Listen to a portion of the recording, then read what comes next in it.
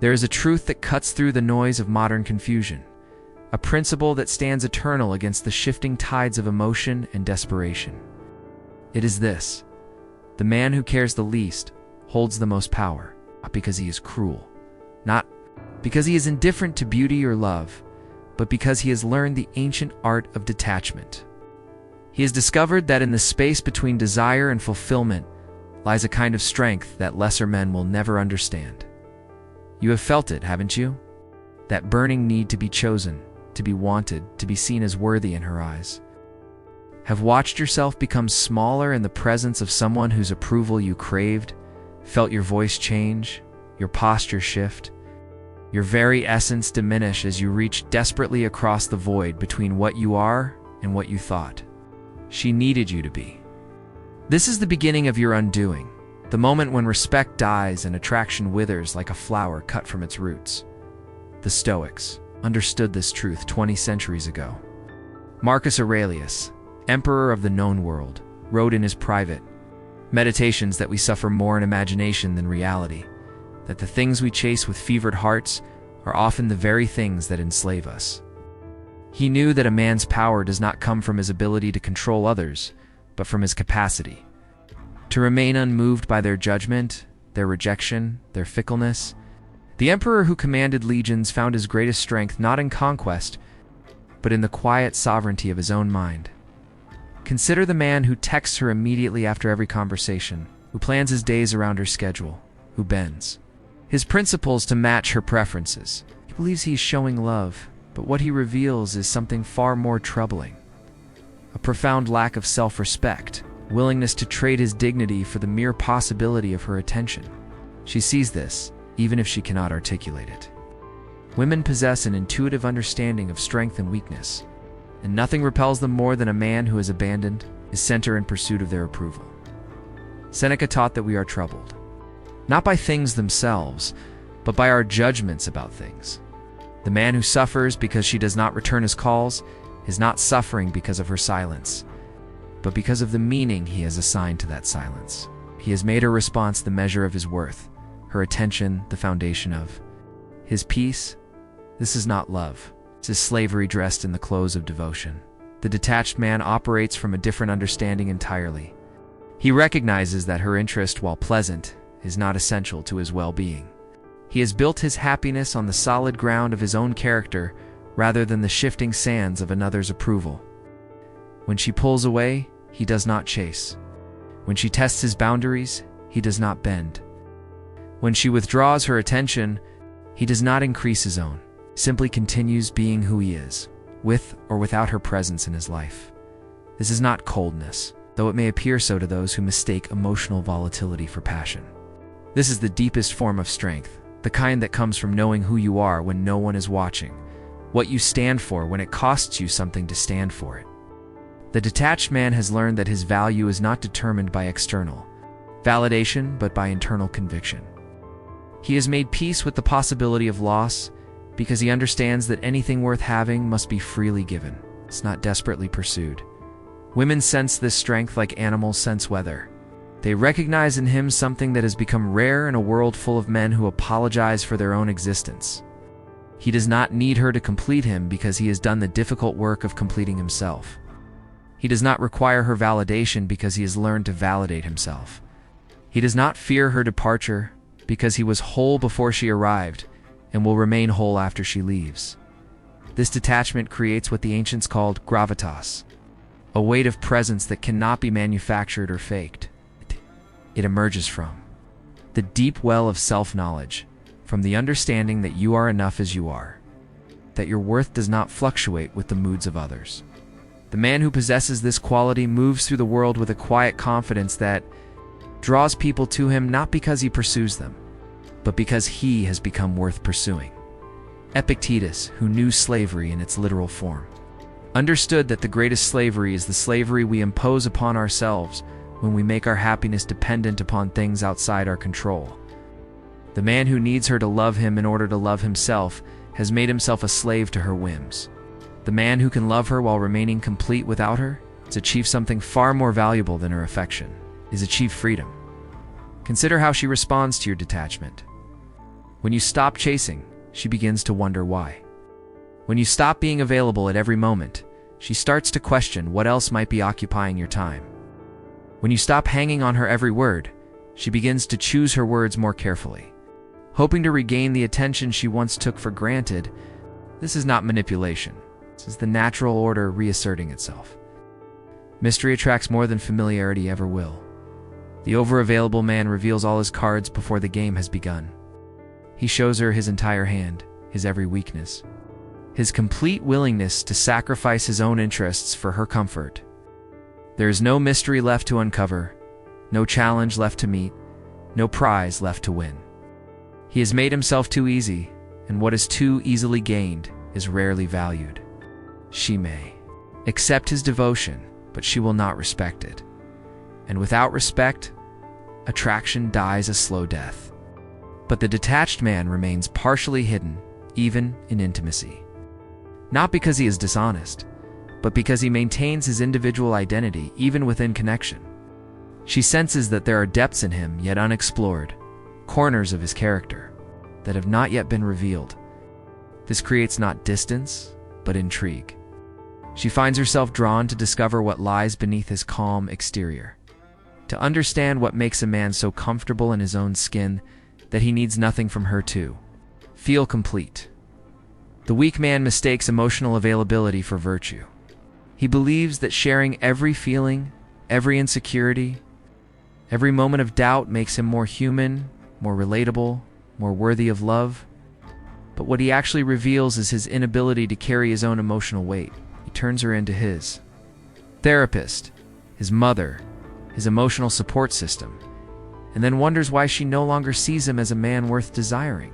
He has confused vulnerability with weakness, openness with neediness. The strong man understands that true vulnerability requires strength. It is easy to fall apart. It is difficult to hold yourself together when everything around you is chaos. He shares his deeper thoughts, not because he needs her to fix him, but because he chooses to let her into his inner world.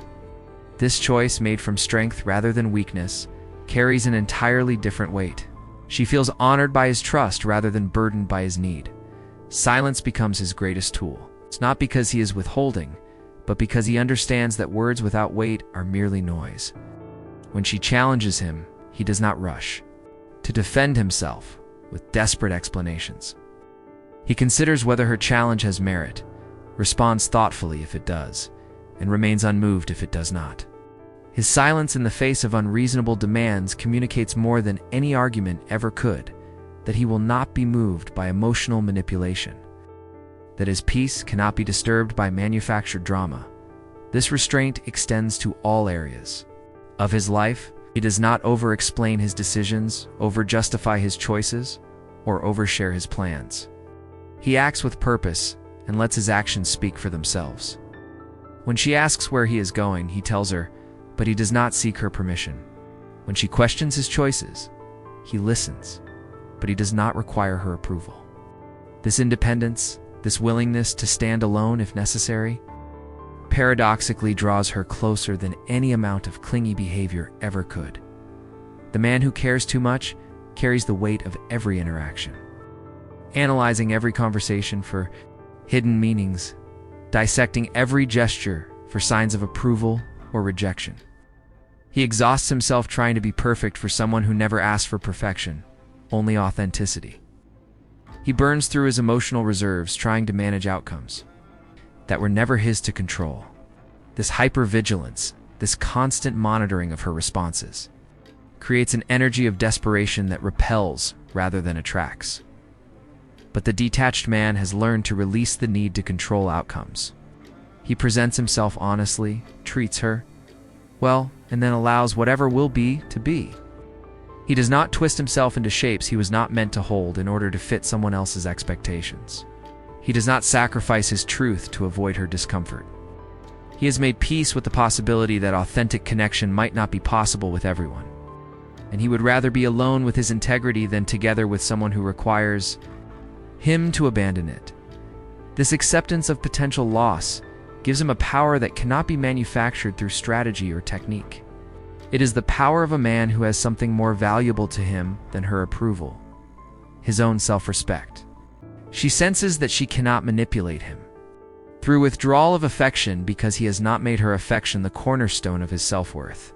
She cannot control him through threats of departure because he has already made peace with the possibility of being alone. The desperate man reveals his hand through his very desperation. Every text message carries undertones of need, every conversation an agenda of winning her over, every gesture an investment in an outcome he cannot guarantee. She feels the pressure of his expectations, the weight of his hope, the intensity of his need for her validation. This pressure, however well-intentioned, becomes suffocating. She finds herself pulling away not because she dislikes him, but because the energy he brings feels heavy, demanding, exhausting. The detached man brings a different energy entirely. His presence is restful rather than agitating, secure rather than anxious, giving rather than taking. When he spends time with her, she does not feel the pressure to perform, to validate, to manage his emotional state. She can simply be herself in his presence because he is so securely himself. This creates the kind of environment in which genuine attraction can flourish, the kind of space in which she can choose him freely rather than feeling obligated by his need. Marcus Aurelius wrote that very little is needed to make a happy life.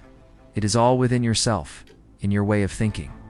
The man who has internalized this wisdom no longer seeks happiness in external circumstances, but creates it through internal discipline. He does not need her to smile at him to feel joy. He finds joy in his own presence. He does not need her to choose him to feel chosen. He has chosen himself. This internal completeness becomes magnetic because it is so rare in a world full of people seeking outside themselves for what can only be found within. The needy man operates from scarcity, believing that opportunities for love are limited, that if she leaves, no one else will come, that he must hold on to what he has with desperate intensity. This scarcity mindset creates behaviors that ensure the very outcome he fears most. His jealousy reveals his insecurity, his possessiveness, his lack of trust in his own worth, his desperation, his fundamental belief that he is not enough on his own. The abundant man operates from the understanding that love, like all good things, flows toward those who do not grasp at it desperately. He trusts that if she is meant to be in his life, she will choose to stay, and if she is not, then her departure makes space for someone who will. This trust is not passive. It is the most active thing in the world. It requires the constant work of becoming the kind of man worthy of love while remaining unattached to whether that love is recognized or returned. The power of detachment lies not in its ability to make women chase you, though this often happens, but in its ability to preserve your dignity regardless of their response. The man who has learned this art no longer rises and falls with the tides of another's attention. He has found his center, and from this center he can love without losing himself, give without emptying himself, care without becoming enslaved. By his caring, this is the paradox that lesser men cannot grasp. The more willing you are to lose her, the less likely you are to lose her. Not because she enjoys being treated poorly, but because your willingness to walk away communicates something essential about your character. It says that you have standards you will not compromise, boundaries you will not cross, you will not sacrifice. These qualities are attractive not because they are strategic, but because they are rare. The detached man loves from a place of choice rather than need. He chooses to include her in his life, not because he cannot function without her, but because her presence adds value to an already meaningful existence. This kind of love feels different to receive because it is different. It does not come with strings attached or conditions hidden in the fine print. It is given freely, without expectation of return, and therefore carries no weight of obligation. When conflict arises, as it inevitably will, the detached man does not fight to win, but to understand. He does not need to be right more than he needs to be at peace. He will not compromise his core values, but he can hold space for her perspective without losing his own. This emotional stability in the face of tension communicates strength more effectively than any display of force ever could. She may test this stability, pushing against his boundaries to see if they are real or merely performance. It's the weak man will either collapse under pressure, revealing that his strength was indeed an act, or become rigid and defensive, showing that his peace depends on not being challenged. The truly detached man remains flexible without being weak, firm without being brittle. He bends like a reed in the wind but does not break. Seneca taught that we cannot control what happens to us, but we can control how we respond to what happens. To us, the man who has internalized this wisdom no longer wastes energy on outcomes he cannot influence. He cannot control whether she loves him, but he can control whether he remains worthy of love. Cannot control whether she stays, but he can control whether he gives her good reasons to stay. This focus on what is within his power rather than what is beyond it creates an internal peace that becomes externally attractive. The anxious man lives in constant fear of loss, and this fear colors every interaction. He hedges his words to avoid giving offense, moderates his opinions to avoid disagreement, shapes himself to fit what he thinks she wants rather than revealing who he actually is. This caution, born of fear, creates relationships built on false foundations. She falls in love, not with him, but with his performance of what he thinks she wants. And the inevitable revelation of his true self becomes a betrayal of her expectations. The fearless man presents himself as he is from the beginning, understanding that authentic rejection is preferable to false acceptance. He would rather be disliked for who he is than loved for who he is not. This honesty creates relationships built on solid ground because there are no illusions to shatter, no false selves to maintain, no performances to sustain. What she sees is what she gets, and if she chooses him with full knowledge of who he is. This authenticity extends to his relationship with his own emotions. The weak man is afraid of his own feelings, either suppressing them entirely in a misguided attempt to appear strong, or expressing them without restraint in an equally misguided attempt to appear sensitive. The strong man feels his emotions fully, but is not controlled by them. He acknowledges his anger without being consumed by it, experiences his sadness without drowning in it, feels his love without being enslaved by it. When she pulls away, as she sometimes will, the detached man does not immediately assume it is about him. He considers the possibility that she is dealing with her own struggles, facing her own fears, working through her own process. This ability to not take everything personally comes from a deep understanding that other people's behaviors are usually about them, not about him. This emotional maturity prevents him from creating problems where none exist, from turning minor fluctuations into major crises. The insecure man interprets every change in her behavior as evidence of his own inadequacy. If she is tired, he assumes he is boring. If she is busy, he assumes he is not a priority. If she is quiet, he assumes he has done something wrong. This hypersensitivity to her moods makes him exhausting to be around because she feels responsible for managing his emotional reactions to her natural human variations. The secure man allows her to have her own experience without making it about himself. If she is tired, he encourages her to rest. If she is busy, he respects her commitments. If she is quiet, he gives her space to be quiet. This emotional generosity, this willingness to let her be human without taking it personally, creates the kind of safe space in which she can be fully herself, rather than carefully managing his reactions to her. Authenticity. The ancient Stoics spoke of the discipline of desire, the practice of wanting what you have rather than having what you want. The man who has cultivated this discipline no longer experiences relationships as exercises in acquisition, but as opportunities for appreciation. He does not seek to possess her, but to celebrate her. He does not try to complete himself through her, but to share his completeness with her. This shift from taking to giving changes everything about how he shows up in relationship. His attention becomes a gift rather than a demand. His presence a contribution rather than an expectation. His love an offering rather than an investment expecting return. Women sense this difference intuitively, recognizing in him something they rarely encounter, a man who loves from fullness rather than emptiness, who gives from abundance rather than scarcity. The needy man's love feels heavy because it carries the weight of his unmet needs, his unfulfilled desires, his unhealed wounds. She feels obligated to fill spaces in him that no other person can fill, to heal hurts that only he can heal, to complete what can only be completed from within.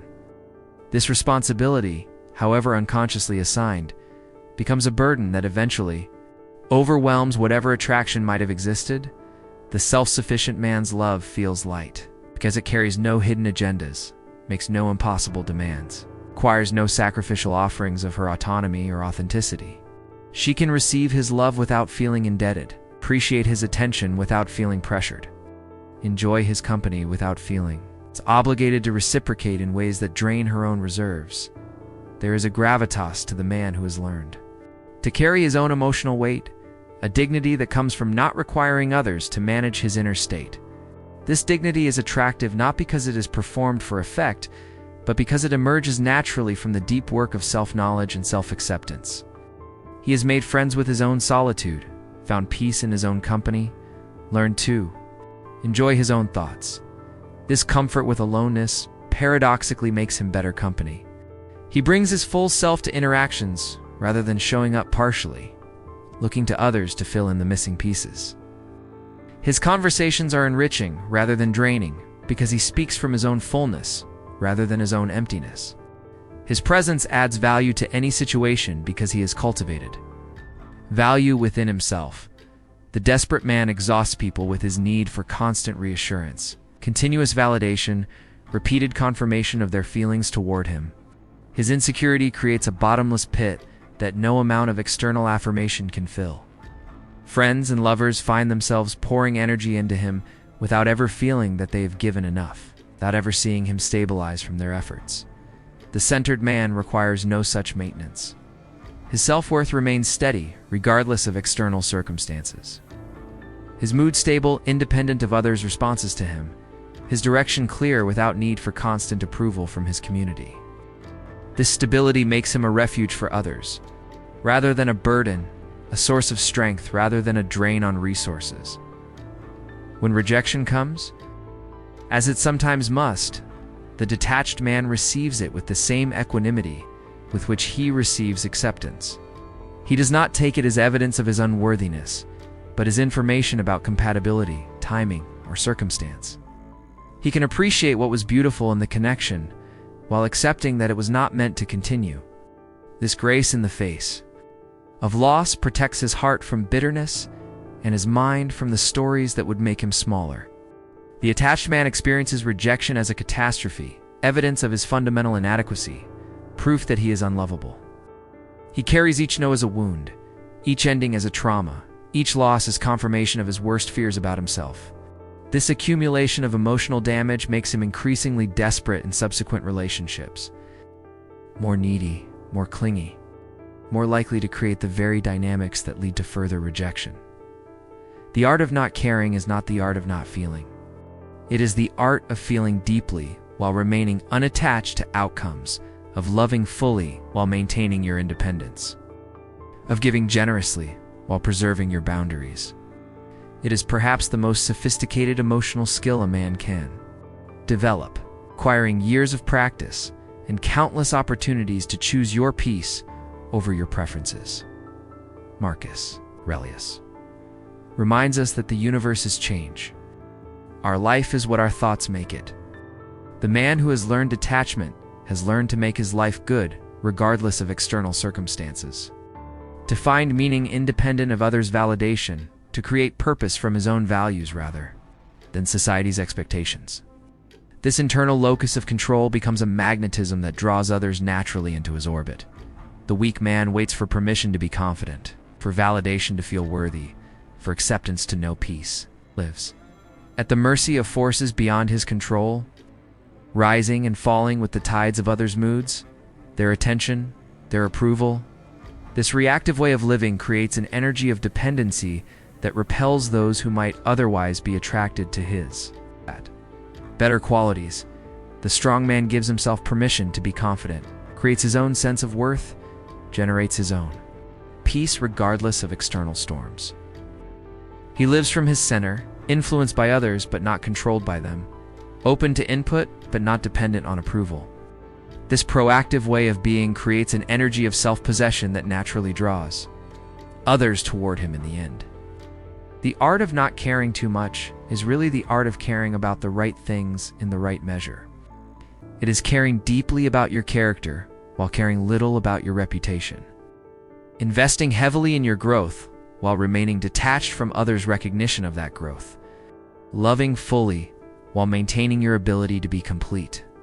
Without that love being returned, the man who masters this art discovers something profound, that the respect he was seeking from others was always available from himself.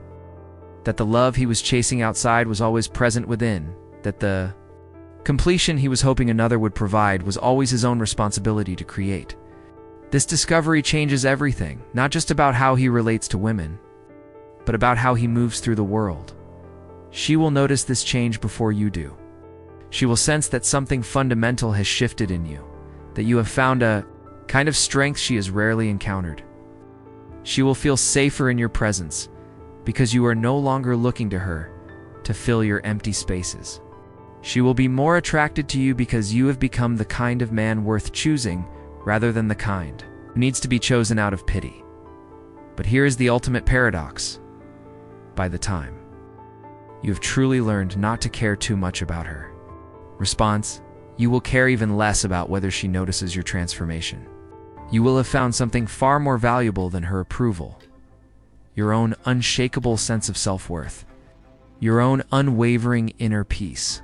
Your own complete and sufficient sense of who you are when no one is watching. This is the victory that no one can take from you, the success that does not depend on external circumstances. The wealth that cannot be stolen or lost or diminished by others' opinions of its value. You will have become the kind of man who draws love naturally because he does not need it desperately, who inspires respect effortlessly because he respects himself completely, creates attraction magnetically because he has become truly attractive. Not to everyone, but to those who matter. And in that moment of complete self-possession, you will understand what the ancients knew, that the man who needs nothing is the man who can have everything. Not because he grasps for it, but because he has become worthy of it. The detached man does not chase, he attracts, does not pursue. He becomes worth pursuing. He does not need to win her over because he has already won the only battle that truly matters, the battle for his own soul. This is your inheritance, your birthright, your natural state before the world taught you to. Doubt your own worth. Return to it. Claim it.